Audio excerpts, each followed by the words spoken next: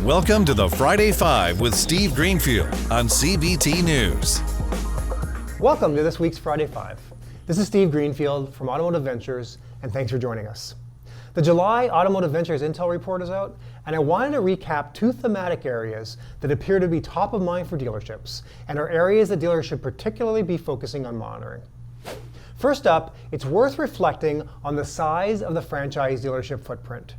NADA reports that there are 16,658 franchise dealer locations in the US, while Urban Science reports 18,230 physical rooftops.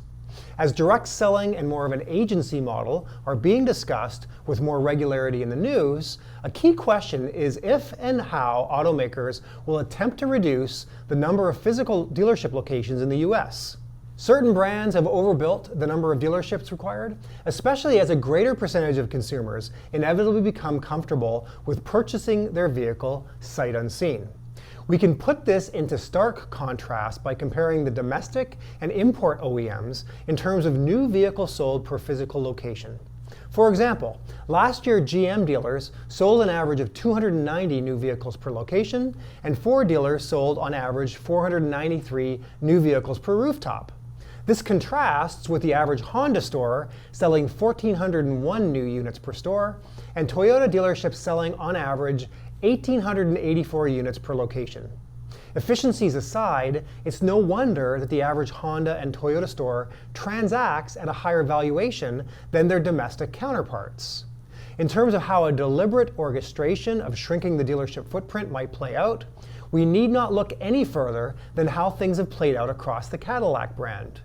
The number of Cadillac dealers in the US has shrunk to 564 locations as compared to 921 just 4 years ago. You may recall that Cadillac required that dealers invest $200,000 towards electrification improvements, things like on-site vehicle charging stations, new tooling, service upgrades, cosmetic enhancements, and training for sales and service staff. Dealers who opted not to upgrade for the EV transition were offered a buyout package said to have been an amount between $300,000 to nearly $1 million. Some dealers reported low customer interest in EV products, including some dealers located in more rural areas. With the evolution towards EVs and direct selling, it's very likely that other automakers may follow suit to deliberately shrink their dealership footprint. It's also very likely that OEMs will encourage larger, stronger dealers to acquire weaker and more remote stores and operate them as simple satellite locations. We'll be keeping an eye on total dealership count, specifically across the legacy domestic brands who have built out a physical dealership footprint that is currently too large to ensure strong dealership profits into the future. Next up, but related to this previous topic, I wanted to provide a perspective on the benefits of size and scale for dealerships.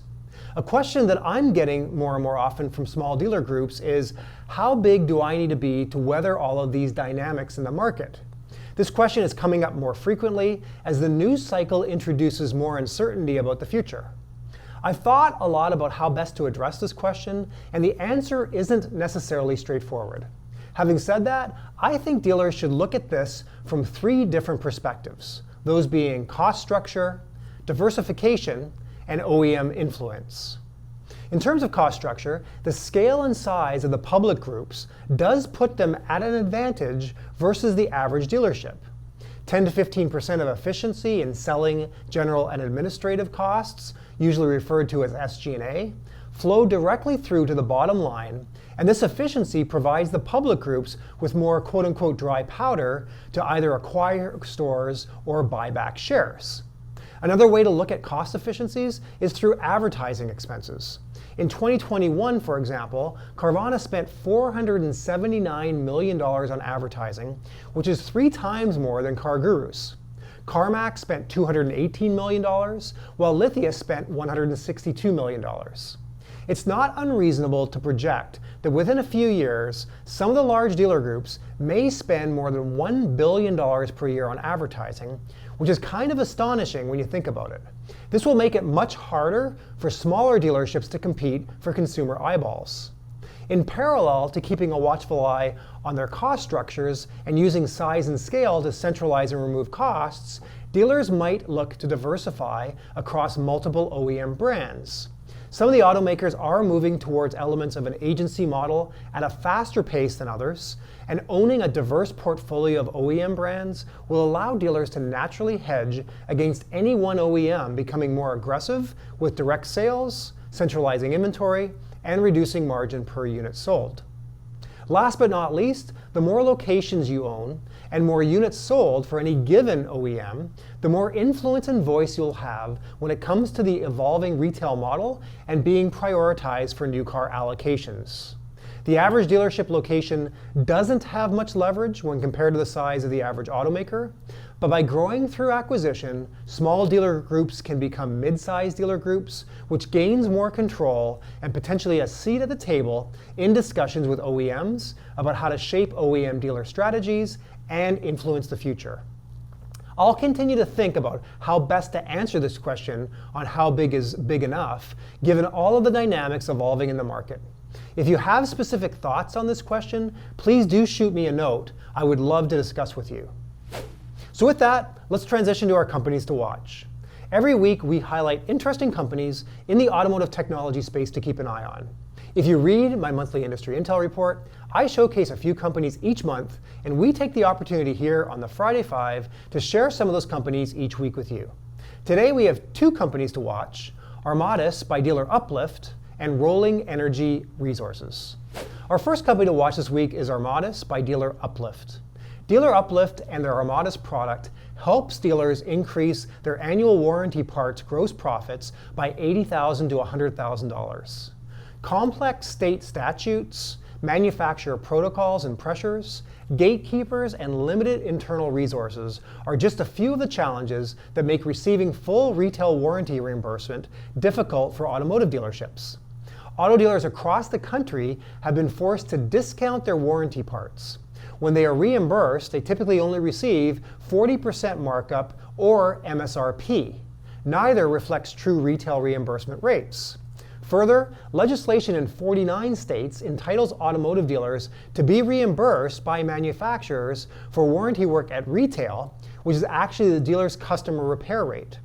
The reason I love this company is that the value prop is kind of like picking up dollar bills that are just laying on the floor in a dealer's service base.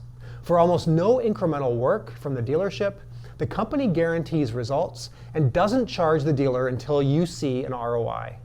You can check out Armatus Dealer Uplift at www.dealeruplift.com.